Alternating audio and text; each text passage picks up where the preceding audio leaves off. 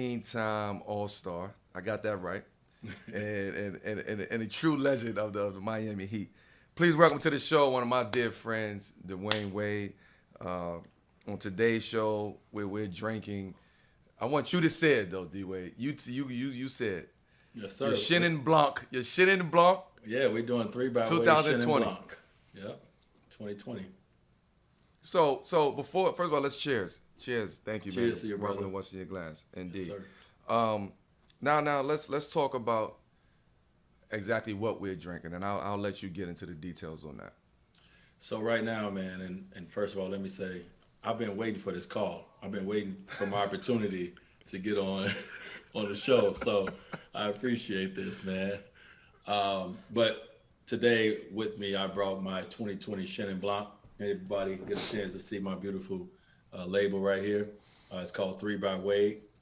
And Mello, as we talked about, man, before we came on here, this is not a grape that everybody is used to, right? So the Chenin Blanc is kind of an industry grape in varietal. It's not something that everybody, used to, like a Chenin, like a Sauvignon Blanc or a Pinot, right? And so what we wanted to do is we wanted to bring something that wine enthusiasts really love, and we wanted to bring it to the masses. And that's what we was able to do right here is bring our Chenin Blanc to the masses. So the what made you want to pick the Chenin Blanc though? Because a lot of people, like you said, a lot of people you have to know the Yeah. Chenin Blanc. So what made you want to go into Chenin Blanc? Because I never heard you speak on Chenin Blanc before. Mel, you are my friend, and you know I'm different. I You know know I that, but don't I take never. that But same path. this different is very different because a Yeah, lot of people, like you said, you have to know this grape, right? You yeah, have to understand what comes along with this. Your taste profile have to be different in order to like a Chenin Blanc.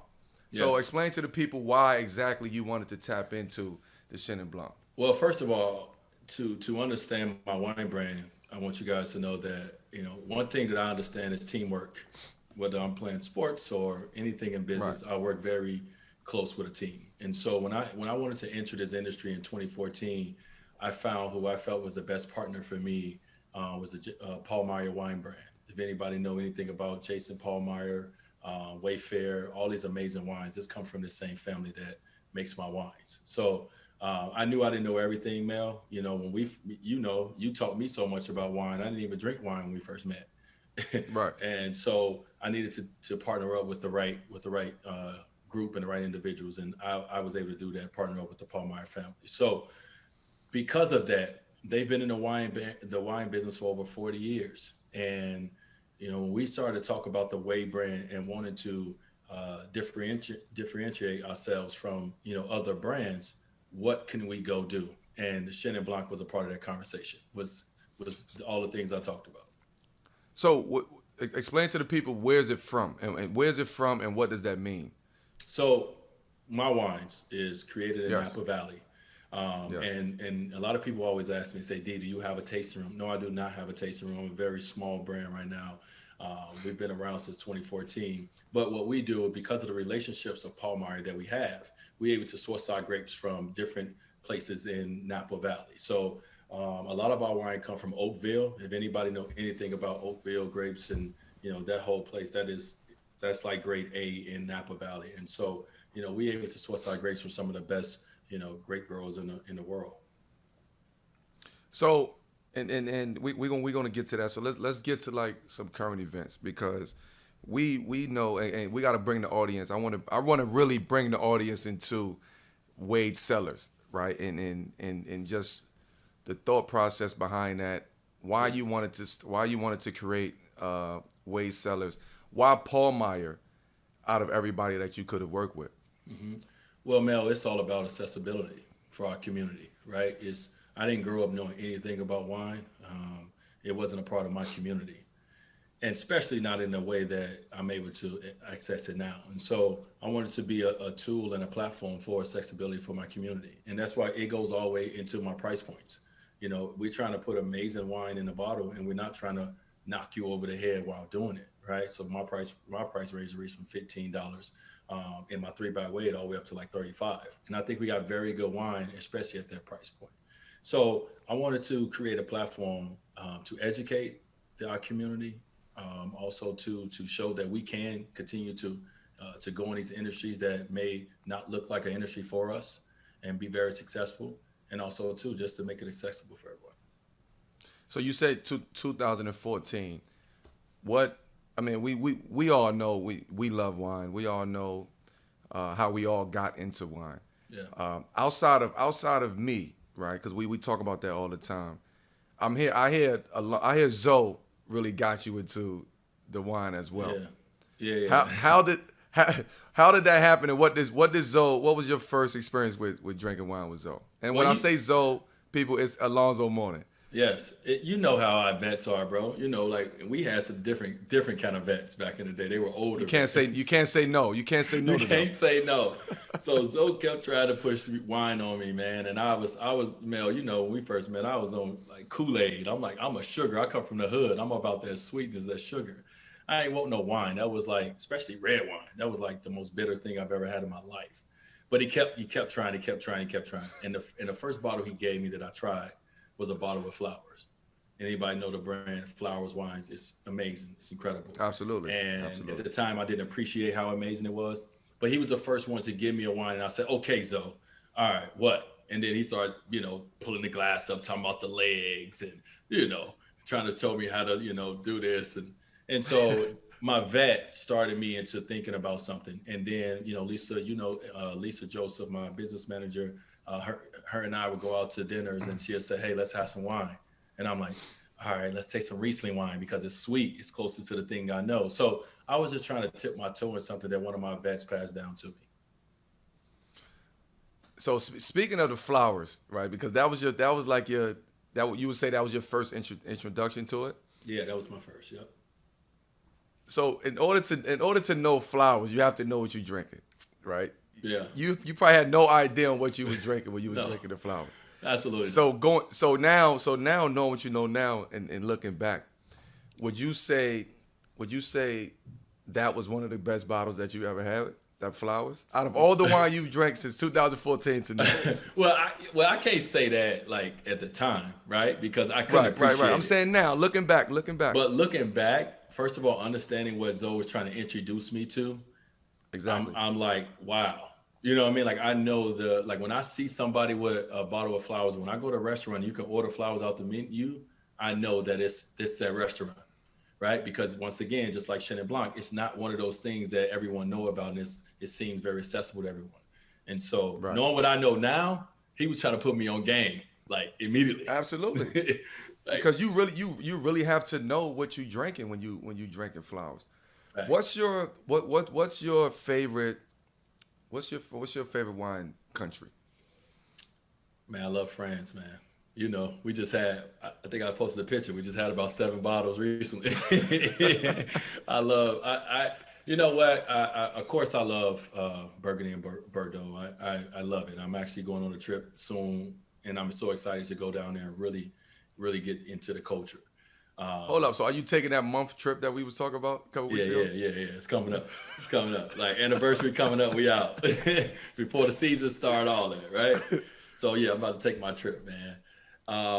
But I obviously I love that wine. But you know, just like me, man, you can find amazing wine in every varietal and every place that makes wine. You just got to know how to appreciate that wine for what it is. And I think I'm starting to do that. I love France wine. I love Napa Valley wine. But I'm starting to love, like Gaia is one of my favorite wines from Italy. Like I'm starting to love wines from all over the world now because I'm tasting more. When you traveling, like when you're on your month vacation that you're about to take, how many? I just need to know this. How many Wade Cellars wines are you bringing on that trip? Because that's a long trip and that's a lot of wine. Good question. And so we're trying to work through the logistics of that.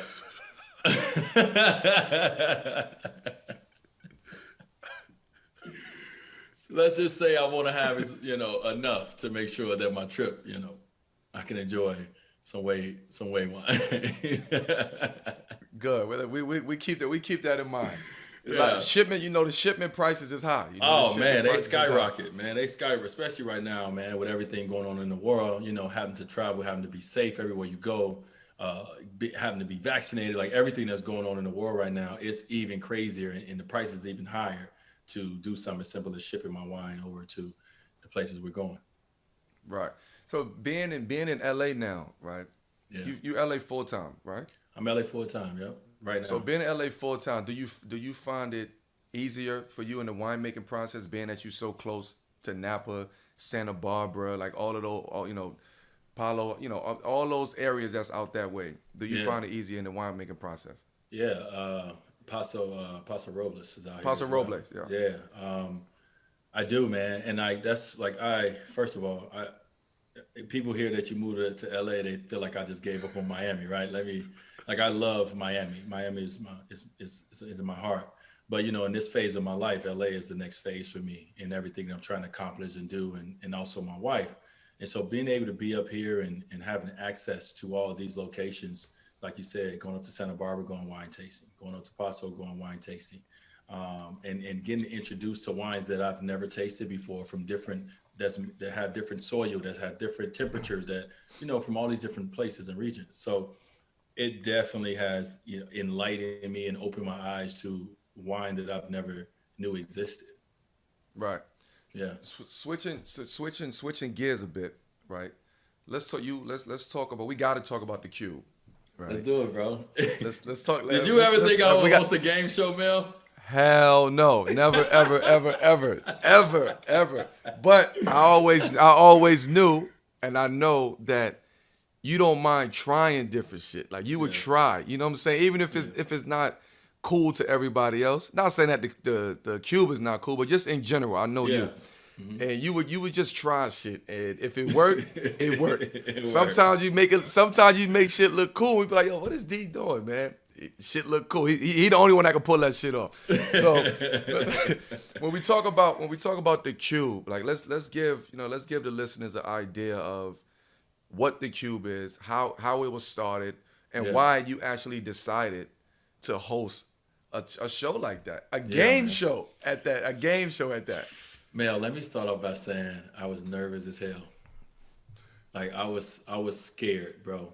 Like to do something like this. I mean, you're talking about somebody who's done a lot of great things in the world, right? It was one who's been on the Right. biggest stages in our respective sport and been able to come through. This was a different arena for me. I had a lot of things to overcome to even think about hosting the show, Mel. I posted some things recently about I had to do, not only did I have to do a hosting coach to learn how to host, I had to I have a speech coach to learn how to be able. I come from Chicago. They got that Mississippi. We got that country. We don't finish our words. I'm on TV in front of America. Like I have to be able to feel comfortable speaking and captivating the audience. And, Yeah. and it's about more than just your face or your talent. It becomes about your voice. So I had to go through all that first. But man, just to talk about the Cube, this show has been successful so far for 12 seasons, and hopefully it continues in the UK. And so we adapted this with my production company and also with Warner Media. I'm executive producer on the show. We adapted this here coming out of the pandemic. We wanted to be able to bring some kind of joy into the living rooms of families. And so we felt the Cube was a great kind of family thing, man, where everybody, no matter what age, size, color, anything, you can play this game, you can enjoy it. And so we set out to do that. And they said, well, how about you be the host? And I looked at them on the screen like they was crazy because I didn't think I would host it. But because I was scared to do it, Mel, that's the reason I end up doing it, is because I can't be afraid as I'm raising, trying to raise kids. I'm trying to, be a leader and a role model. I tell people to go for their goals and go for their dreams. And even when it's hard and even when it's scary, still fight through it. I had to do it myself, and I did. So it was a great opportunity for me to showcase myself in a different light. It was a great opportunity for me to be able to be a part of helping families that are in need, to be able to come on the show, to be able to help either themselves, to help their community, or things or people they love, to be able to win $250,000. And also too, to be able to tell their stories, because from that show, people's stories have been heard and people have reached out to them and helped them, have uplifted their communities, have uplifted the things that they came on the show to talk about. So it's bigger than just, you know, a TV show. You know, Right. this is something that, you know, I'm proud of overall as a person that I've had the opportunity to do. I'm gonna tell you what I like about the show. I love the competitiveness, right? I love how they just, first of all, they leave me on the cliffhanger every time somebody about to do. There's a commercial break every single time. Right. But I love the life stories, right? And how you make it related to just life and what happens in sports and basketball, and when you go into, when you're trying to win a game and you're in that pressurized situation. Yeah. How does your prep for the game show, like hosting the Cube, compares with prepping for a basketball game? Like, Yeah. like what's is it a difference? No, Is it the same mindset? it's the same mindset, bro. Michael Strahan told me that. You know, when I And retired, he's the best, and he's the best to do it. He's the best one to of the do it. best to do it. And you know, Right. I've always talked to Mike Strahan about, you know, just what he was doing every time I got an opportunity to be in his orbit. And when I retired, I actually did the show after my game in Brooklyn when you guys was very Right. tipsy on the sideline. And then as the night went on. Anyway, but matter of As fact, I sip, as I take a sip, Can I talk about? Did you see that they put my head on a meme of that? All right, we're just gonna leave it there. You didn't see that go viral, anyway. So I got a chance to talk to Mike Strahan after the show, and I asked him about TV, and I wanted to know, like, you know, how was the transition for him from sports to TV. And he gave me, you know, the confidence to go out and try. He told me that I would be amazing at it because I know how to prepare, right? As an athlete, we have to prepare, especially being in big moments. You need to know everything about your opponents. And so I take that to the show where I know everything about about the contestants that come on the show. And so I know what I'm trying to pull out of them. I know the stories that will resonate to the people that's listening, because I understand, by not always being in this position, I understand what it's like for you to see someone that's in the same position as you and to root for them. And so I try to bring those moments out for the people that's watching. So it's, to me, man, it's so cool to do this, Mel. Like, this is not something that I ever dreamed of myself and thought I would do, but like, it's one of the things I'm probably most proud of that I've done so far. Absolutely, and I'll take my hat off to you for that, because that's not easy to do. You understand? Like, we used to playing a team sport. We used to getting on the court. You know, everybody got to play their role, and you know, the coaches got to do what they do. We got to do what we do. But it's you by yourself, and you know what I'm saying. Now you're in a one-on-one sport. That's hard to do, No, man. you know what? I am, but I'm not. You know what I mean? I think, you know, I have someone in my ear. I have one of my coaches. I have one of my producers in my ear. I have my stage manager on the side. I have my people. You know what I mean, Mel? Like, even though everyone see me, it's so many people. When my voice is going hoarse, when I'm a little frustrated because I'm not getting this read to camera right, I got people bringing me halls, bringing me tea, rubbing my back, telling me it's gonna be okay. I got people giving me, like, it's a whole team effort. And Right. I'm telling you, like, even like moments when I'm up there and I don't know what to do, I got someone in my ear, I got my producer in my ear giving me, hey, think about this, or say this, or go back to this game. And all of those things help me, even though everybody just see me. It's a whole team still around me that allows me to even be a C+, a C- host, probably what I am this year. So that leads me to something else with what you said, because you said you have people in your ear. You got your stage manager over here. You got this person. You got that person. Yeah. Do you feel embarrassed, like, when you mess up? Like at first, I'm sure you got through it, because we're so used to perfection. Like, we know our craft like the back of our hand. We studied it every single day. So when you mess up, you know, okay, I can. If I miss this shot like this, I'm gonna come back and fix it. How scary is that, honestly? Like, to mess up and gotta bounce right back. Like, what is that feeling? Like, that embarrassment. Like, damn, yo, I just messed up, man. I don't want people to be like, yo, Dwyane is a fucked up host. Like, you know what I'm saying? Like, how does that? What is that feeling like? You know what? It's no different, man. We want perfection. We want to be great. But when we mess up, what you do when you miss 5-6 shots in a row? What you gonna do after that? Shoot or shoot. You're gonna shoot that next shot. So when I mess up, I just go to the next take, and the next take, and the next take. You take the same mindset and you take it to, it's just a different arena, Mel. You know what I'm saying? You apply the same things like basketball and the lessons that you and I have learned and that Cayenne is learning, that Zaire is learning through this sport. It's all the life lessons you need to go through life. Like this is all you need to go through life and understand that you're gonna make mistakes, you're gonna miss, you're gonna blah blah blah. But if you do X, Y, and Z, you're gonna see the benefits from that, and that's life. And I'm since I'm the first one out of the Banana Boat crew and everybody to retire, I'm able to take what we all have learned our entire life and be able to apply it to regular life and understand that okay, it's no different. You feel me? This episode of What's in Your Glass is once again brought to you by our friends at Freshly. Dinner time can be chaotic, but with Freshly, it's easy. Their chefs take care of your meals a few nights a week and take the pressure off of you. Freshly offers chef-made, nutrient-packed, delicious meals delivered fresh to your door. No cooking required. Grocery shopping and cooking can be a pain, especially right now. And with Freshly, you don't have to. Your meals arrive cooked and fresh every week, so you can keep your fridge stocked and skip to the trip to the store. Ordering is easy. Visit freshly.com and choose from over 30 delicious, satisfying, better-for-you meals like steak peppercorn, sausage baked penne, or their chicken pesto bowl. Freshly can fit your lifestyle with a variety of plans and meals to pick from that work for your dietary needs, preferences, taste, and family size. And now, my listeners can try Freshly for just $6.16 per meal. Stop searching the internet for healthy food near me every night and start living freshly. Your meals are always delivered fresh, never frozen, and are ready to heat and enjoy in just 3 minutes. With new meals added each week, Freshly brings the convenience of chef-made, nutritionist-designed classics right to your kitchen. Right now, Freshly is offering our listeners $40 off your first 2 orders when you go to freshly.com/glass. Stop stressing about dinner.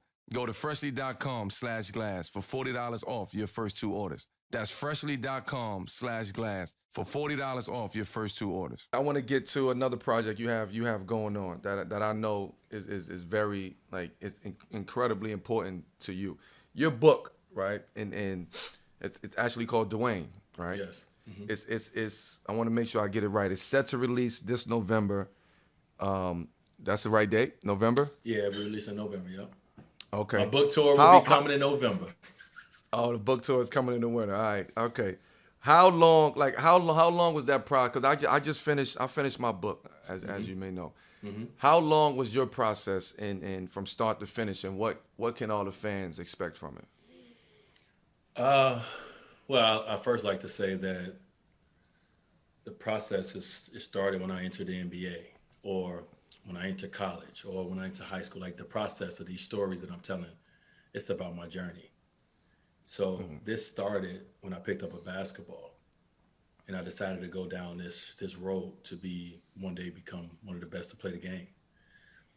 So it started then, and what I started doing around 2010, and because Bob, and you saw him with me very early when he would video Absolutely. me and he would take photos of us in China and every place we went. I just started getting moments and I didn't know why.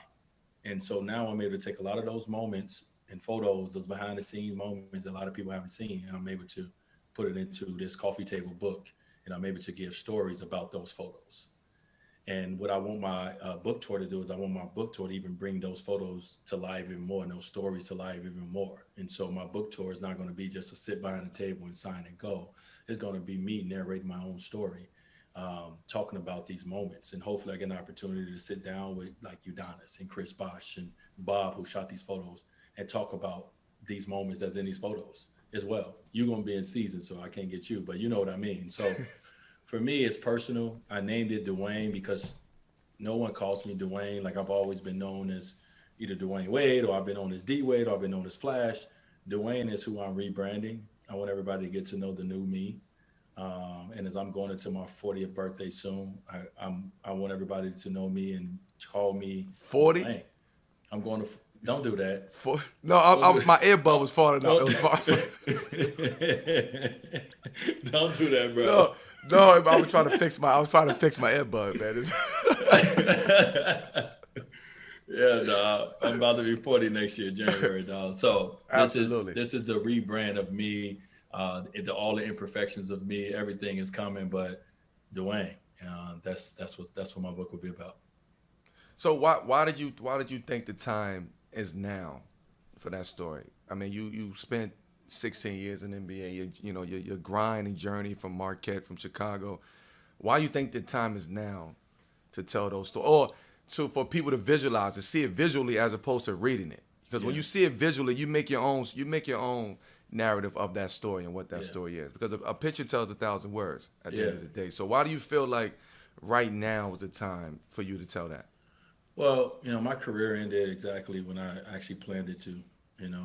When I was a kid, at 17 years old, I said I wanted to. In 20 years, I saw myself retiring from the NBA, and I retired at 37. I retired 20 years later. And so for me, I want to.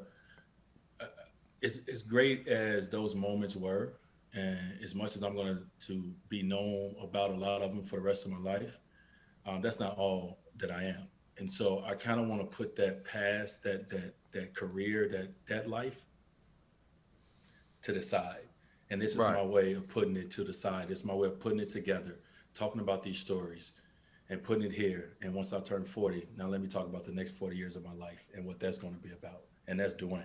That's the business person. That's not the athlete. So that's why I felt like this was the perfect time. Is there one photo or story that you can speak on that stands out? Because it's so I'm sure I know the story, right? Oof. But I'm sure there's one story or photo that just stand out and just be like, okay, that's the one. That's the one I'm gonna have to talk about all the time. Man, you got me. It's like 250 photos, man. But there's one photo. I know when you see it, when Bob laid it out for you, you saw it and you was like, yo, Bob, this is the one. I seen a couple of them. I know. I'm just trying to. I'm trying to. My Rolodex is trying to. I'm trying to think. Wow, that's a great question. I've never been stuck like this before, Mello. You are great at what you do, bro.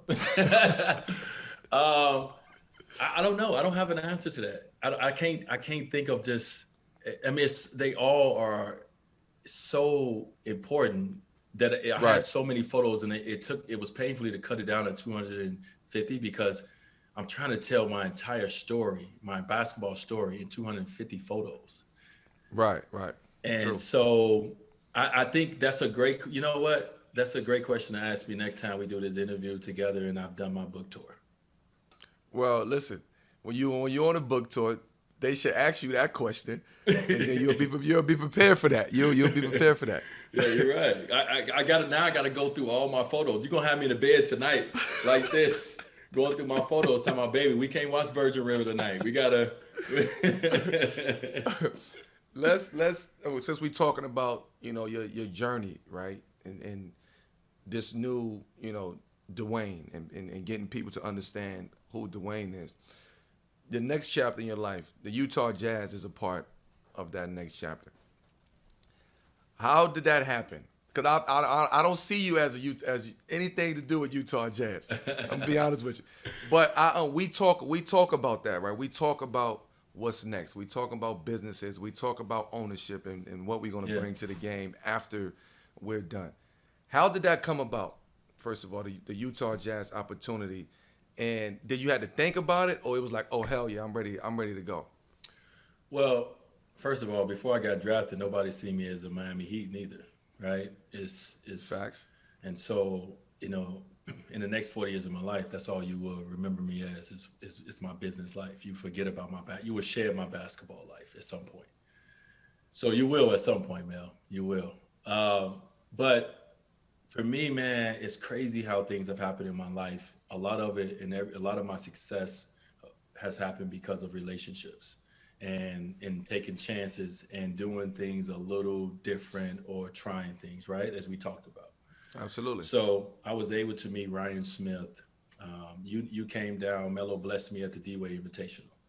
You remember you came down to San Clemente while I hosted camp for the NBA guys, the younger guys, and you and CP came down and blessed my camp. And which was phenomenal, by the way. Whole experience was phenomenal, by the way. It was, and also we trained together on and off the court. But the other important aspect of that camp was the business side of it. And so I was trying to bring in people from the business world to be able to talk to our young athletes in a ways that we'd never been talked to about investing and about finances, et cetera. So Ryan Smith was one of the people who came up and was to come up to see the camp, and I got an opportunity to talk to him just as a friend of a friend. The Stans family and Ryan have something very in common. My guy Clark, shout out to Clark, who connected us. But we got a chance just to have a regular conversation. I found out about Qualtrics, his brand. I found out about his wife, his 5 kids. He found out about my family, the things that I was interested in. And that conversation just talked about, man, that'd be cool one day when I get done with basketball. I want to know about the tech space. I would love to reach out to you and just to stay connected with someone. And from that connection, he called me and said, hey, Clark called me and said, hey, you remember Ryan? Well, he just bought the Utah Jazz and he wants to sit down and talk to you about being a part of it. And I was like, what? The Utah Jazz sold?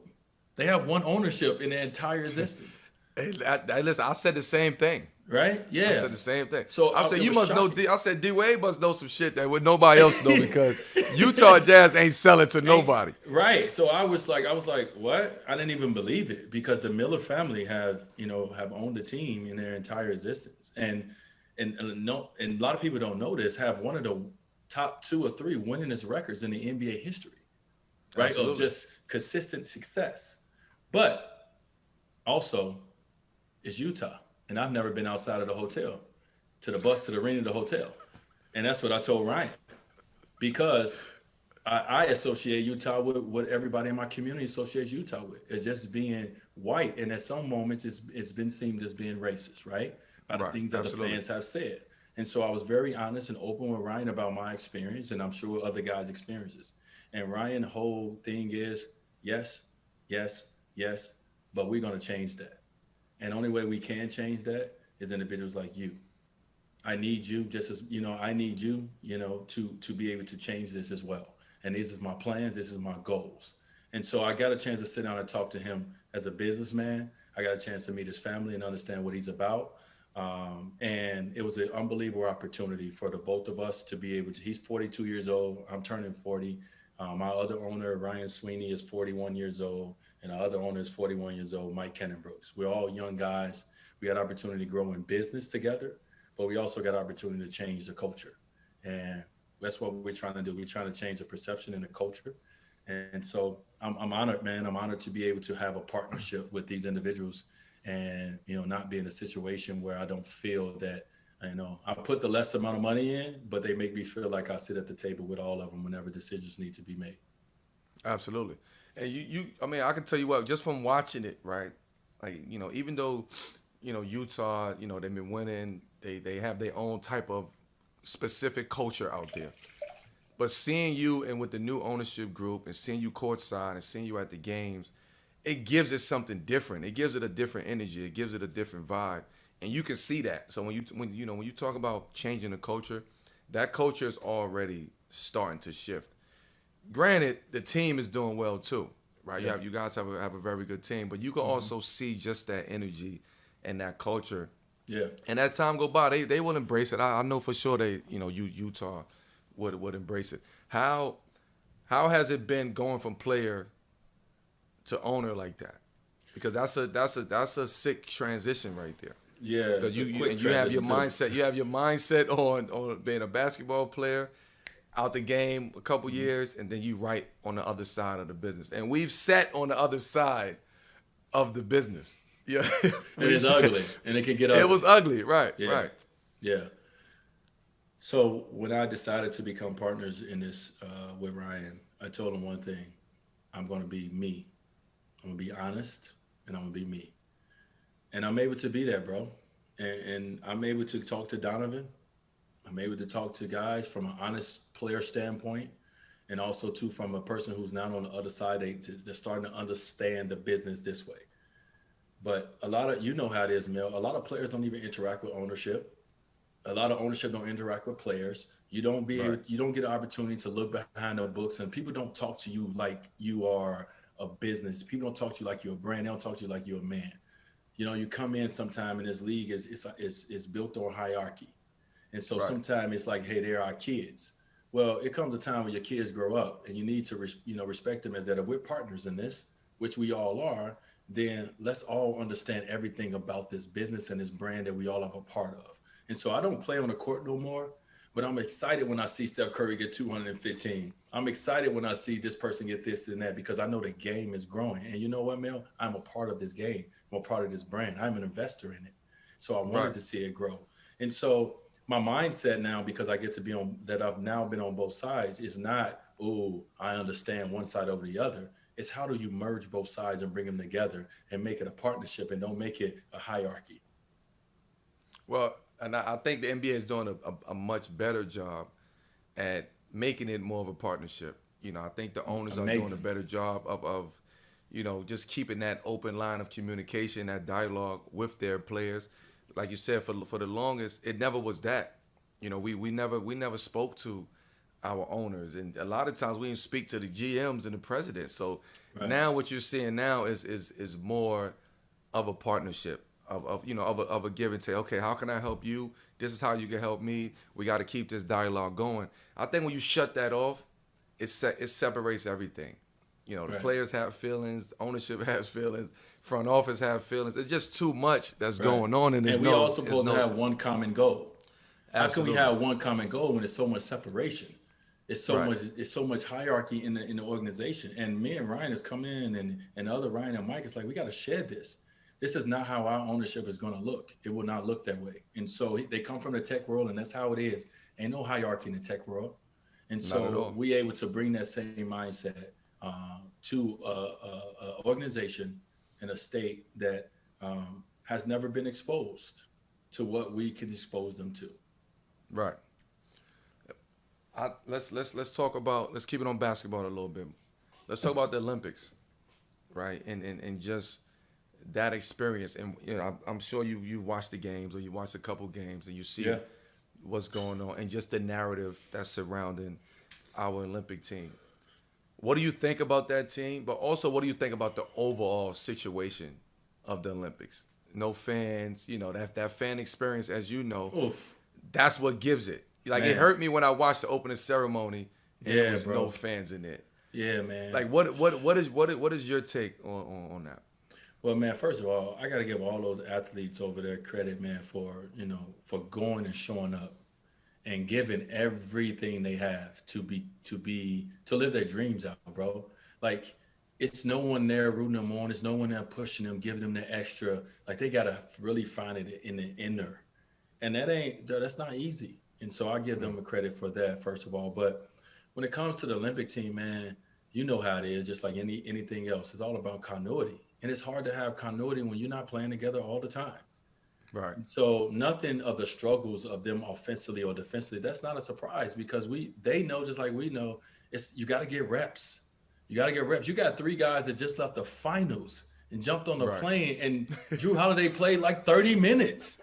Like, ain't no, you know what I'm saying? So, like, the struggle is going to be there, everybody. Stop panicking. Let these guys go out there and figure it out. They're the best at what they do. And if they don't figure it out, we got to reboot and think about a different way to build our stuff. Like, the world is good. I know we invented this game over here. You know what I mean? Like, Canada. But I know we invented this game, you know what I mean, over here. But, bro, half the league is over there. I don't know who's the NBA team. Like, I look at them, I look at us, I'm like, this all pros on the court. Like, we're in a different place now. So don't think we just got to we supposed to be that dominant. Yeah, we want to show our dominance because we want to always be the best. But understand that those guys have been playing against us since they were 16 years old. And we bringing guys off the finals that ain't practiced, that ain't played with that basketball, that is smaller, that is slicker. Everything is different over there. The rules are different. So, like, please, everybody, let these guys go through their journey and their process, and just shut up and support. Like, just support them. I just want to know when did they celebrate? First Bro, of all, I'm not coming off no championship and just going right. I'll meet you guys in the medal rounds. Bro, I mean, that's crazy. That's crazy. And Drew, like, they played that night. Like, I mean, or what? Like, bro, or what the? Are you kidding me? And so, people don't understand. People don't understand. Not to cut you off. People don't understand. First of all, that flight, right? It wasn't no direct flights from Milwaukee. I can tell you that. that flight Facts. to that flight to Japan to get off, it take you a day or two, maybe three, to get your legs underneath for you. Yeah. And for Drew and those guys and Chris to get off the plane and jump right into the mix in the heat of the Olympics with the USA team, like I commend them. Like I take my hat off to them. They a better person than me, cause I'd have met them in the gold medal game. Like I'd have just I'll meet y'all over there the gold medal game. But it amazes me because for them to be able to do that, for one, that's a testament to those guys, right? Facts. To their commitment and their to their dedication. commitment and their dedication to just the game, but also to our country. I think that don't get enough credit. You know what I'm saying? So we talk about basketball and what we're going through, and we will win it. We're gonna win the gold medal. They gonna figure it out. But what about other sports where the mental health aspect of that comes into Yeah. play? You know, with these other sports, they need the fans. They need that camaraderie. They need the rah-rah and the cheers and the boos in order to go out there and participate. When you don't have that, your focus level have to be lasered. Yeah. And you see that with a lot. You see that with a lot of athletes. And I know you can speak on, from the mental health aspect of that in athletes. So talk a little bit about what those athletes are going through that doesn't have that are non-basketball players. Yeah, bro. I was talking about this the other day with someone who didn't know my history. But 2008, I was going through a divorce, custody battle. I was getting sued. Uh, I was going through a lot off the court. But those 2.5 to 3 hours that I had to be on that court, the world of fans, the people, seeing a kid walk in on my jersey, just all these moments, that gave me my outlet. And so if you take all that away and everything I'm dealing with, and I bring that to the game, I'm useless. That got me through. The fans, the energy, the moment, it got me through. And so now you're having these athletes deal with real life situations in their personal lives, bringing it to Tokyo, where it's not their environment. Not you saw the beds they sleeping in. Like it's just Absolutely. the Which is environment crazy. Which is is crazy. Which is crazy, by the way. right. And then you have people dealing with real life pain, hurt, and they supposed to go out there and perform, and they don't have no one. They don't have that little kid to see and say, "I'm gonna do this for that little kid tonight." I know it's TV. I know it's millions of people out there, but bro, you in that arena and it's empty. So now you're thinking even more. Your brain is thinking even more about your personal things that you're dealing with, and you can't block it out. And so I commend them for taking stands and stepping up and saying, "You know what? No, I know that I am great. I know I am one of the best to do this, but I'm also human. And today I cannot do it. And that's okay." And so I commend Simone Biles. I commend all these athletes for standing up for them and their personal health, their mental health, and everything they believe in. To say this is what I'm going to do because this individually, I'm the one who would get hurt from this, and I'm the Right. one who is hurting from this. Absolutely, and I agree with you 1,000% because we speaking on Simone. You mentioned Simone, like what she have to go through. I don't think there's enough support around her. It's so much pressure on her as an athlete, and we know what the pressure is as an athlete. But when somebody say my mental was messed up, like I can't go balance without my mental. There's no balance without being locked in mentally. So you want me to go out there and do something, and I'm not right. I'm not thinking right. I'm off balance, and just mentally I'm off balance. What made you think I'm gonna be on balance when I Yeah. get in that arena? So I don't think she gets or those athletes get enough credit when it comes to knowing, Yeah. first of all, knowing themselves, right? Because before we would have just went through it, man. Fuck that. We going like we ain't whatever happens. Like you said, '08. You was going through what you was going through, and those 2 hours took you away from that. But Yeah. that motivated you. Now they don't have no motivation. There's no fans. There's no interaction. No kid is out there being inspired by them. When we played in the Olympics, it was people there, fans. It was kids that was inspired. We inspired a lot of people. Yeah. And to watch it from a TV now as opposed to being in there, that's a different perspective to have. Well, what I love most is everyone is becoming, and Brandon Marshall, who's been an advocate Oh, big time. of this for Big so time. many years, is a good friend of mine, and he spoke about his challenges in mental health, um, and I love the fact that people are being more open about it. And I say that because I played a sport where it's moments where I'm very hard on people as a leader, as someone who wants to win. And that's what we grew up knowing, right? As a leader, you got to get the best out of your guys by any means necessary. And then I had an incident in Cleveland with when Kevin Love. I didn't know that he dealt with or um, that he dealt with or suffered from any mental health issues. And I was on him, because like I'm an old dude trying to. This is my last hurrah to win a championship, and I didn't know what he was dealing with mentally. And so we had a very ugly incident as a team that happened that came out in the papers and all those things about it. And then once I left Cleveland, Kevin became more outspoken and became really a voice for mental health, and I didn't have any idea. And so I feel that we need to all share more. Like as we go into these teams and we're trying to become teammates, we're trying to become brothers and family. We need to know what everyone is dealing with, and everyone needs to feel more open and secure about sharing those things. Because if you do, you're able to communicate better. We're able to handle situations better about an individual if we know things instead of hiding them. But in our communities, in our sport, we're so macho, we're so manly, we don't tell people about our issues because we're supposed to be superheroes. But if we learn more about each other's issues, we can actually help each other and be better with each other. And so I never got, I don't, Kevin Love may not like me as a person because of that moment. But if I ever got an opportunity to like see him again, I just want to apologize to him because I didn't know what he was dealing with. And I was just trying to say, we need you, we need you. But I didn't know that he was dealing with something that was so serious that I could not fathom or even know what he had to deal with. And so I'm so glad. I say all that to say I'm so glad that all of our young athletes are taking this stand and they're speaking out on any issues that they're having, because we all deal with our moments of darkness and we all deal with our moments of having some form of health issues in some capacity. I got to cheers to that. I got to cheers to that because that was special, and not a lot of people would acknowledge that and own up to that, and what you did is honorable because when people saw that, I remember that it was a game that we was playing Cleveland, and Kevin Love just left off the court and he just went straight home, and nobody knew what was going on, right? So when you get that information back, it's like, oh shit, like I get it. There's nothing. Sports don't mean nothing. Basketball don't mean shit. When your mental ain't right, you can't do nothing in life. And again, when you don't have balance and your energy is off and your focus is off, your anxiety.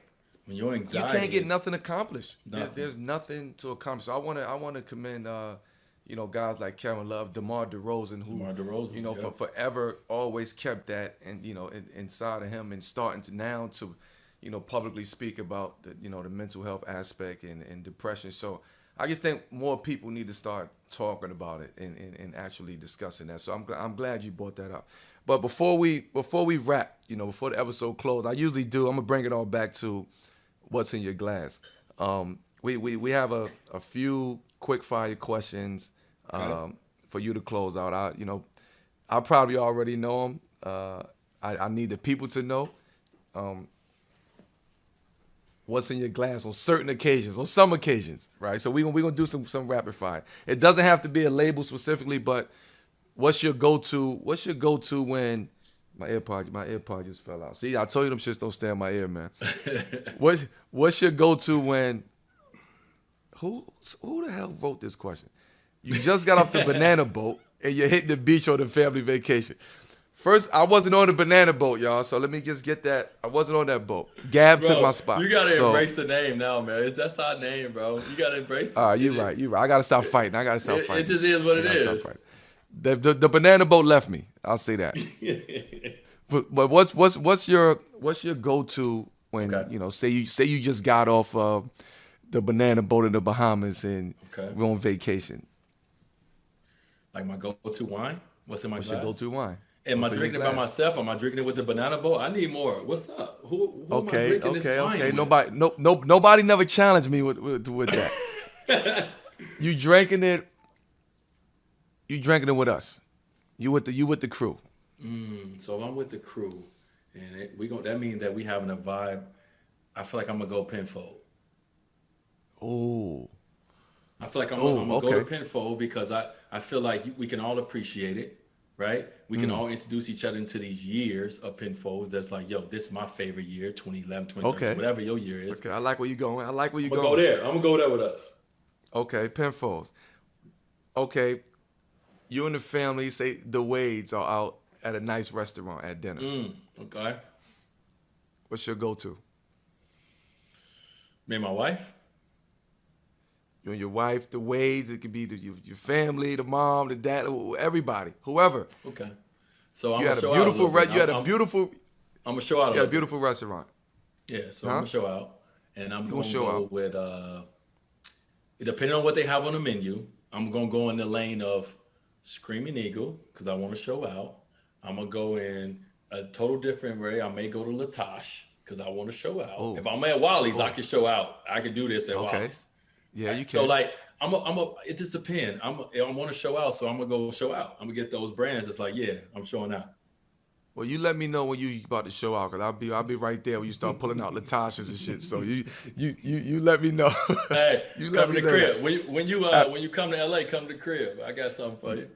Listen, you know we got to do it behind the scenes. What's in your glass when I get out there? So we keep that. What about you celebrate? Okay, you celebrating a big win, or you celebrating becoming the owner of the Utah Jazz? Like I know that was an incredible feeling. What was in your glass that night? What I would do the night that I just signed with the Utah Jazz, I come home and I want to go into my cellar and grab something that I'm connected to, that I have a connection and a story to, and the story has to be something that led me to the moment that I'm in. And so the wine that I ended up grabbing was a moment where I had the conversation about being an owner with my people. So that makes it that makes it special anyway, Yeah, because of yeah, when you had it, why you had it, and the yeah, story behind it, and the story behind what you were yeah. drinking. So So it had to you're be okay. something like that. What was you drinking? What did you drink after? I'm gonna say let me pick the championship after '06. I ain't gonna pick the later ones. I'll pick '06. Well, I wasn't drinking at you '06. drank you drank something in '06. You didn't just have no I just was drinking the Aquafina champagne in water the and all locker that. room. I wasn't remember. I ain't drink back That's then. that's even better. Okay, so what champagne was it? I don't know Moet? what they. Yeah, it probably was like whatever the NBA sponsor was. I don't remember, but I know I was Okay. drunk. I know if you look at the interviews back then, I'm sitting there, and matter of fact, since we jumped there, the NBA came and took my jersey. As soon as I got done taking the photo, they said it's going into the Hall of Fame. I was like, cool. They have my jersey, I don't. So if you see an interview with me, I'm sitting there holding my MVP trophy. I got on that McDavid, Yeah, under absolutely. stuff, and I'm drunk as hell talking about this about to be the biggest parade ever. I'm super Okay. drunk. So whatever cheap champagne that was in the locker room. We got okay. What about? I'm gonna give one. I'm gonna give you one more. I'm gonna give you one more. Let me see. What about? Okay, I'm almost through this the guy, bottle. the guys are getting together. The crew is getting together, right? Fellas, okay. The fellas is getting together. We are in Wally's back room, Talk to me. right? And it's one of those nights. It's one of those Paris nights we had. But who? Everybody have to go to the cellar and grab something. What are you grabbing? Oh, one of those Paris nights. It's one of those Paris nights. Hold on. You got to put that down. No, hold on. I got it. Hold on, y'all. I got it.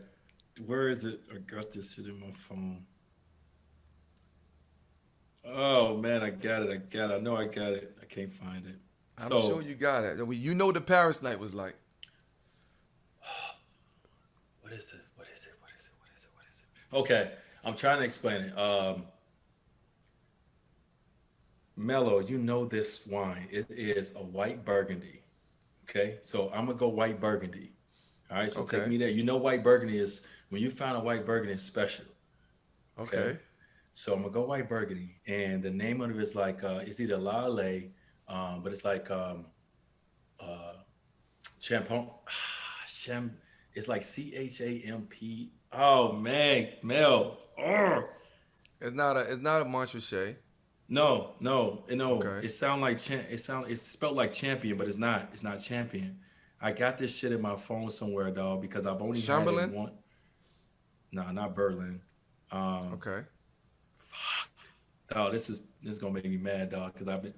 Anyway, So I you got going white burgundy? So you going white burgundy? anyway, You going I'm top of going the top white white burgundy. I had this Okay. wine, this white burgundy wine that once I drank it, I was like, oh my god. And that's all I said. That's how amazing it was. I just said, "Oh my God!" Because once you're able to appreciate, obviously, different grapes and different varieties, and you drink wine, you get some amazing white burgundy, and it changes your life. And I said, "Oh my I God, must listen. I never was a white wine bro, I drinker. got you." Then I got you, Listen, no, this was before. White burgundy. If it, I got to drink white burgundy. bro. That's it. Let, The so best, you the best okay? of You the drink best. white burgundy, red? Yes. Okay. Oh, 1,000%. So Mel, so my gift to you when we get off of here, I'm gonna send you a bottle of this.